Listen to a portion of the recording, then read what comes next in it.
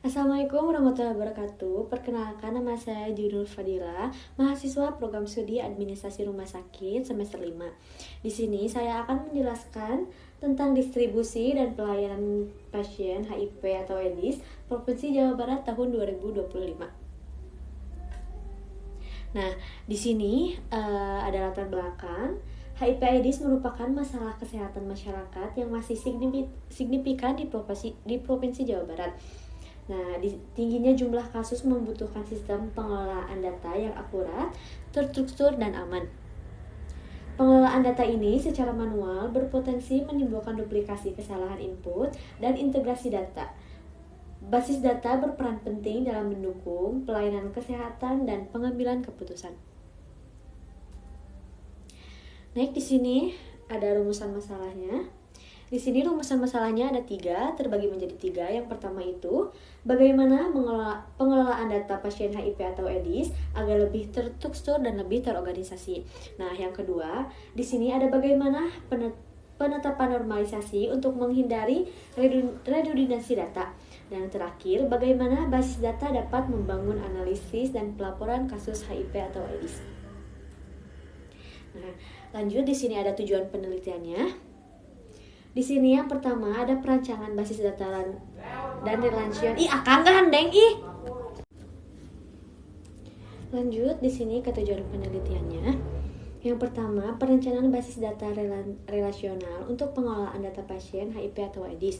Nah, yang kedua, penerapan normalisasi hingga third normal form 3NF menghasilkan struktur data yang konsistensi dan mudah dianalisis. Dan yang terakhir, mendukung evaluasi dan peningkatan pelayanan kesehatan. Next, di sini ada manfaat penelitian. Manfaat penelitian ini dibagi menjadi 4. Yang pertama, poinnya ada di sini. Poin yang pertama itu memudahkan pengelolaan dan pencarian data pasien. Yang kedua, mengurangi kesalahan pencatatan data. Yang ketiga, meningkatkan efisiensi penyimpanan data. Dan yang terakhir di sini ada menyediakan data yang akurat untuk pelaporan dan pengambilan keputusan. Nah, lanjut di sini ada sumber datanya ya. Sumber data ini, data dalam penelitian ini mempermudah dari data sekunder yang telah dikumpulkan dan diolah meliputi yang pertama, laporan kesehatan Provinsi Jawa Barat pada tahun 2025. Yang kedua, data puskesmas dan rumah sakit rujukan HIV atau AIDS. Yang ketiga, data jumlah kasus HIV berdasarkan jenis kelamin, data dan wilayah. Lanjut di sini yang terakhir, data sekunder dari dokumentasi dan pelaporan resmi.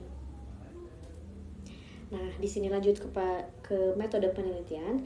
Yang pertama di sini ada struktur literatur terkait basis data, datanisme dan informasi kesehatan. Yang kedua, analis kebutuhan data dan struktur informasi. Yang ketiga, perencanaan entity relationship diagram atau bisa disebut ERD. Yang keempat, proses normalisasi data. Yang kelima, implementasi data dan pengujian query SQL. Nah, lanjut di sini ada entity relationship diagram atau bisa disebut dengan ERD. Nah, di sini ERD itu mencakup tentang entitas yang digunakan itu mencakup tentang pasien, fasilitas kesehatan, kasus HIV, jenis kelamin, dan tahun pelaporan. Nah, di sini juga ada relasi antara entitas direncanakan untuk memastikan integrasi dan konsintesis data. Nah, penjelasan antar entitas ini, yang pertama, setiap pasien tercatat pada satu fasilitas kesehatan. Setiap pasien dapat memiliki lebih dari satu data khusus berdasarkan tahunan. Yang ketiga, data kasus HIV terhubung dengan jenis kelamin dan tahunan pelayanan. Dan yang terakhir, relasi menggunakan primary key dan primary key. Nah, lanjut di sini ada normalisasi data. Normalisasi data ini dilakukan untuk menghindari redundansi data. Yang pertama, data dipecahkan ke dalam tabel-tabel sesuai dengan fungsinya. Yang kedua, normalisasi meningkatkan konsistensi dan efisiensi basis data. Nah, untuk tahapan normalisasi ini dibagi menjadi 3 bagian. Yang pertama di sini ada 1 NF, yang kedua ada 2 NF, dan yang ketiga ada 3 NF. Nah, lanjut ke third normal form atau bisa disebut dengan TNF. Yang pertama, setiap atribut non-kunci bergantung sepenuhnya pada prima key. Yang kedua, tidak terdapat ketergantungan transitif. Yang ketiga, struktur tabel menjadi lebih rapi dan logis. Dan yang terakhir, data lebih mudah diperbarui tanpa menimbulkan konsistensi. Nah, di sini ada struktur tabel. Nah, di sini ada contoh struktur tabel ya. Yang pertama kita bahas dulu tentang table passion.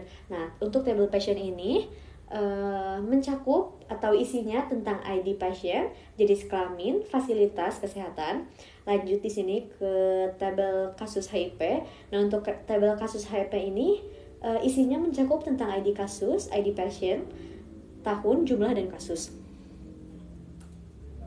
Nah, untuk contoh query SQL-nya bisa dilihat di sini ya, untuk menampilkan data kasus HIV tahun 2025. Nah, di sini ada shelf format khusus underscore HIP where tahunan sama dengan 2025.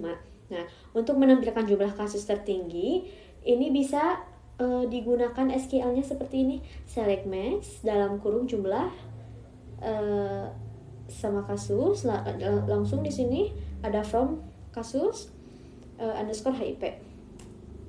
Nah, next untuk hasil analis datanya, yang pertama terdapat perbedaan jumlah kasus HIV antar wilayah di Jawa Barat. Yang kedua, pola kasus dapat dianalisis berdasarkan jenis kelamin. Yang ketiga, basis data mempermudah proses rekapitulasi dan analisis data.